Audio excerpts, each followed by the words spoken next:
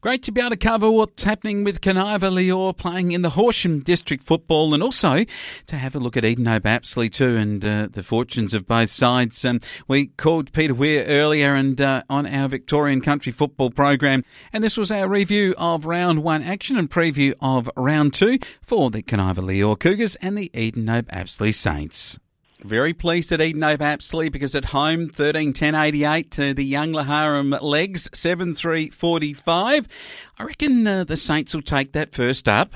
Yeah, definitely. They had a bit of an unsettled pre-season, I found out during the week, so they would have been a bit anxious going into that game against Laharam. And I see Shannon Argle played a bit of a lone hand for the young Laharam team with 5 goals up front, but Edenhope were too good.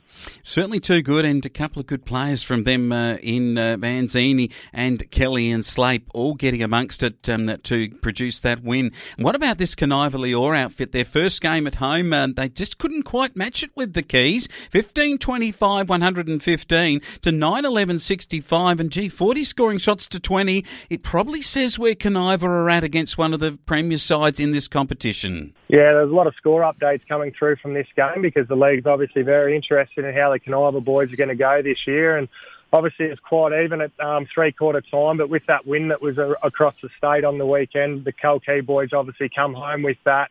And as we know, they keep running all day, and that was just too much for the Kaniva boys as they outrun them in the last quarter and kicked away for quite a comprehensive victory. Yeah, Deke Roberts with 3. He's a star of this competition. Motton also with 3, and Hobbs real good. We've called his name over the years. Councillor and Brian and Mitchell, 2 each for Kaniva, and Brown and Jones played well in their first outing in this competition. Now we take a look at the preview of both clubs' games for Round 2 action. KanivaLeeor take on the Swifts. And I tell you what, it's a long road trip down there for the Kaniva people, and they'll be halfway to Melbourne. Yeah, whoever did the draws definitely got a sense of humour, giving Kaniva a stall in their first away trip. But yeah, it'll be a couple of challenges. That'll be one challenge, getting all the way down to stall. But they face a fleet-footed team as they would have against Kalkee. So if there was one knock on the Kaniva boys that they're a bit slow and Kalkee run them off their legs, then they'll have a similar challenge against stall this weekend at North Park. So on the back of last week's results, we'll tip stall. Oh, Edenhope-Apsley take on Pimpernio. Chance for the Saints to get a second win in a row. This one is up at Tigerland, but after in the AFL, the Tigers completely blitzed the Saints in that competition.